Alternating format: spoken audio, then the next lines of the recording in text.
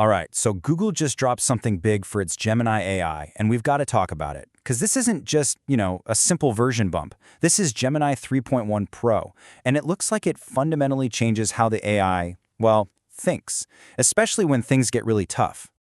And this quote from an AI analyst, it just hits the nail on the head. We're not talking about a model that's just a little bit faster or knows a few more facts.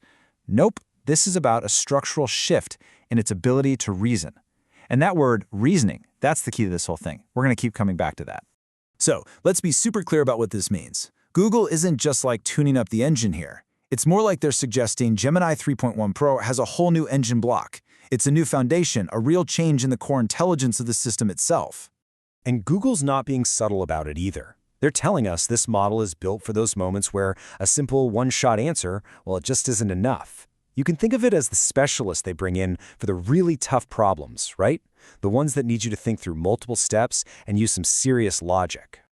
Okay, so that all sounds great, but how do you actually measure this kind of intelligence? It's one thing to say, hey, our AI is smarter, but it's a whole other thing to prove it.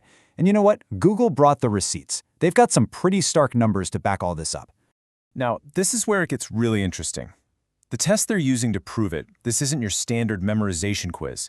It's called the ARC-AGI-2 benchmark, and it's designed to do one thing: see if the AI can solve problems using logic it has never, ever seen before. It's a pure test of reasoning from scratch, not just recognizing patterns it's seen a million times. And this chart, wow, it says it all.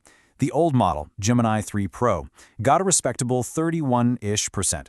Okay, not bad, but look at 3.1 Pro. It jumps to over 77%. That is an absolutely massive leap. It's honestly almost unbelievable on a test this hard. Yeah, just let that sink in for a second. In only 3 months, they more than doubled the performance on this super important benchmark. This isn't a small step, folks. This is a giant leap in the model's core abilities. And this wasn't a fluke. The improvement is literally across the board. Take Apex agents, that's a test for long-term planning. Performance nearly doubled there too. And the coding benchmarks? The scores are just, wow, super high. It even got an ELO rating of almost 2,900 in competitive coding. To put that in perspective, that's sniffing around the level of elite human programmers. Insane. Okay, so benchmarks are cool and all, but let's get real. What can you actually do with this new intelligence? This is the fun part, right? Moving from the numbers on a chart to what it means in the real world. So, Google showed off some seriously cool demos. Get this, it can create animated vector graphics just from a text prompt. Think about the time that saves for designers. Or how about this? It can build a live dashboard that tracks the International Space Station by figuring out all these complex real-time data streams. It can even take something as abstract as the vibe of a book like Wuthering Heights and turn that feeling into a real working website. That's where you see this amazing mix of pure logic and creativity. So the big question is, who gets to play with this new powerhouse? Well, the good news is Google's rolling it out pretty much everywhere in its ecosystem. They're making this new baseline of intelligence available to a lot of people. All right, for most of us, Gemini 3.1 Pro is coming to the main Gemini app, so everyone gets access, which is great. But if you're a Pro or Ultra subscriber, you'll get higher usage limits. And for now, if you want to use it with that super powerful research tool, Notebook LM, that's also just for the paid tiers. And for all you builders out there, the developers and the enterprises, you've got tons of ways to get your hands on this. It's in the Gemini API, Vertex AI, and even right inside tools like Android Studio. It's pretty clear Google wants this to be the new foundation that the entire dev community can build on top of. Now, this next part is a really, really big deal.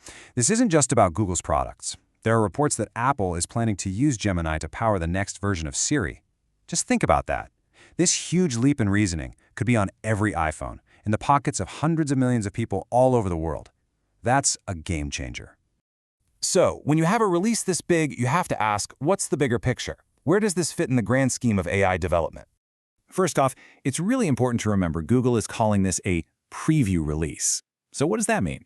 It means they're putting it out there to get feedback, to make sure the improvements are solid, and to tweak it before they call it done. It's a really smart and crucial step in how they develop these things.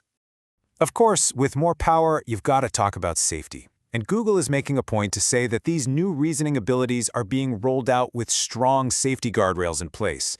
They've done their homework, and their internal tests show that even though the model is way more capable, it's still staying safely below any critical risk levels.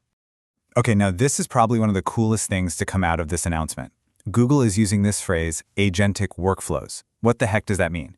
Well, basically, this update isn't the final destination. It's the first step towards creating AI that can handle complicated, multi-step jobs all by itself. We're talking about a true digital agent that works for you. And that leaves us with a pretty mind-blowing question, right?